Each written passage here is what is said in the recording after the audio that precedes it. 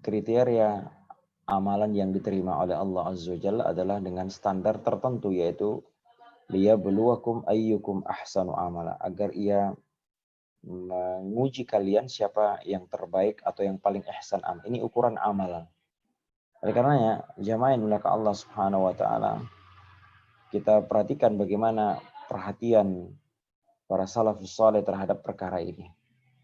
Ya, mereka seringkali datang bertanya kepada Nabi kita yang mulia Nabi Shallallahu Alaihi Wasallam dengan pertanyaan ayyul amali afdal, amalan apa yang afdal, atau ayyul mu'mini, orang mukmin mana yang baik, ya, atau amalan apa, ayyul amali ahabbu ilallah, amalan apa yang paling dicinta Allah Azza wa Jalla.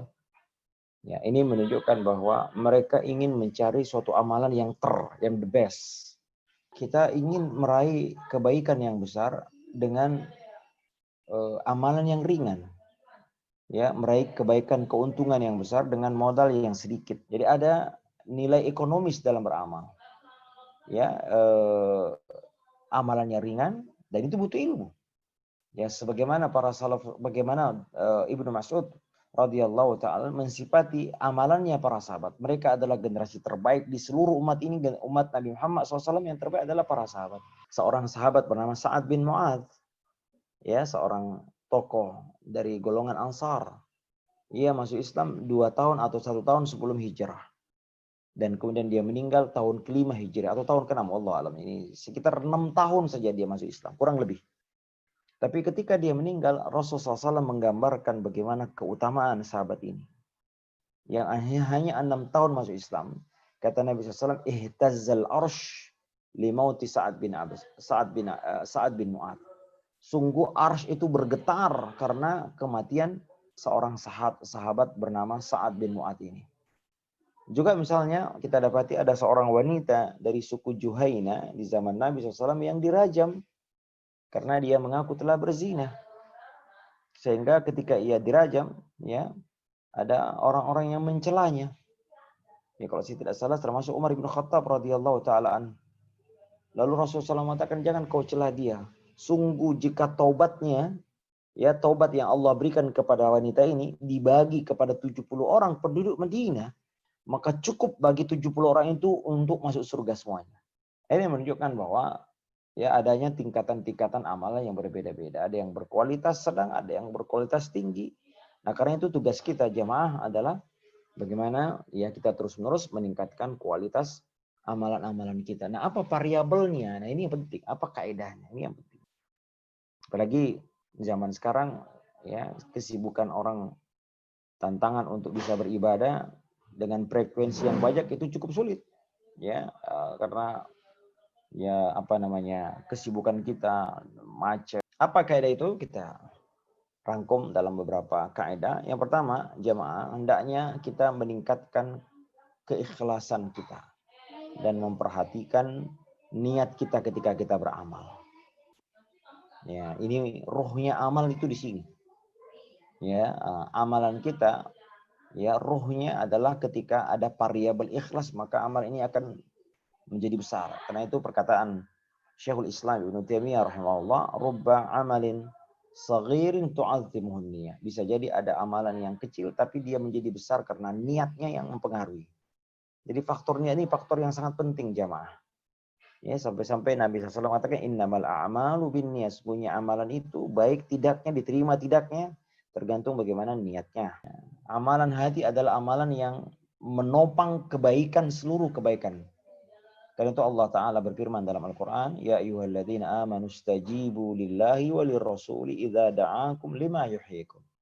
Wahai orang-orang yang beriman, penuhilah seruan Allah, penuhilah seruan Rasul jika ia mengajak kalian kepada apa yang menghidupkan hati kalian. Apa yang apa itu kehidupan hati? Ya, ini seluruh maslahat dibangun di atas kebaikan hati. Karena itu takwa itu adalah pokok, takwa adalah kebaikan dalam kebaikan hati. Yaitu Nabi SAW mengatakan at-taqwa hauna sampai 3 kali. Takwa itu di sini sambil menunjuk ke dadanya. Artinya takwa itu intinya adalah baiknya hati kita. Dan baiknya hati adalah itulah ruhnya amalan kita. Seluruh amalan zahir kita ini jamaah adalah Karena itu kita dapati Nabi SAW ketika mensifati orang-orang yang diampuni dosanya dengan ibadah Ramadan selalu diikat dengan kalimat imanan wa ihtisaban. Ya, dia melakukannya karena dia mengimaninya bahwa dia adalah perintah dari Allah Azza wa Jalla atau beriman kepada Allah, ini tauhid. Dan kedua hanya mengharap pahala wa ihtisaban. Barulah kemudian ada ya Allah Ta'ala katakan mengampuni dosa-dosanya. Rasulullah SAW menyebutkan ada seorang yang masuk surga karena sebabnya sederhana sekali. Apa itu? Kata Nabi SAW, karena ia menyingkirkan sebatang pohon ya dari jalanan yang mengganggu orang. Ringan jemaah. Tapi karena ada variabel ikhlasnya, Masya Allah. Melejit itu amalan kita itu.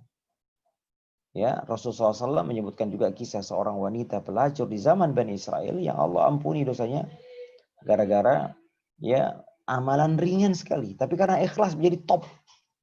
Yaitu apa? Memberi minum seekor makhluk yang ya paling najis lah di agama kita ini, anjing. Tapi dia mau ya memberinya minum di tengah kesendirian, tidak ada yang melihatnya dan harus turun ke sumur. Nah, ini menunjukkan bagaimana ikhlasnya amalan orang ini. Maka jamaah yang dimiliki Allah Azza wa Jalla, kualitas amalan itu dari sisi itu amalan hati. Karena itu kita dapati misalnya bagaimana Abu Bakar As-Siddiq bersedekah. Utsman bin Affan bersedekah. Mungkin sedekah kita lebih banyak secara kuantitas ya. Bisa jadi ada orang yang mungkin bersedekah lebih banyak secara jumlah dari para sahabat ridwanullahi alaihim ajmain. Tapi Nabi SAW mengatakan ya walau anna ahadukum anfaqa mithla dhahaba uhudin ya mislu uhudin zahaban ma balagah. Kata Nabi SAW, seandainya di antara kalian selain sahabat bersedekah dengan satu gunung emas, kata Nabi SAW, tidak akan bisa menyamai sedekahnya sahabatku walaupun hanya segenggam, wala nasifa, bahkan setengah genggam pun tidak akan bisa menyamai. Ya, kenapa? Karena mereka bersedekah dengan dibangun di atas kekuatan hati yang sangat baik. Amalan hatinya. Jadi Allah Ta'ala katakan dalam hadis Nabi SAW, Nabi SAW mengatakan, Inna Allah la yanzur ila as-suwarikum, wala ila amwalikum, walakin yanzur ila qulubikum wa amalikum. Allah tidak lihat penampilan tubuhmu, Allah tidak melihat harta-hartamu, tapi Allah Ta'ala melihat ya hati dan amalanmu. Karena itu Allah Ta'ala katakan, la yanalallaha luhumuha wala dima, walakin yanaluhu taqwa minkum. Tidaklah yang sampai kepada Allah itu darah sembelianmu, daging sembelian, bukan itu yang sampai, tapi ketakwaan di balik sembelian itulah yang dinilai, yang sampai kepada Allah Subhanahu wa Ta'ala.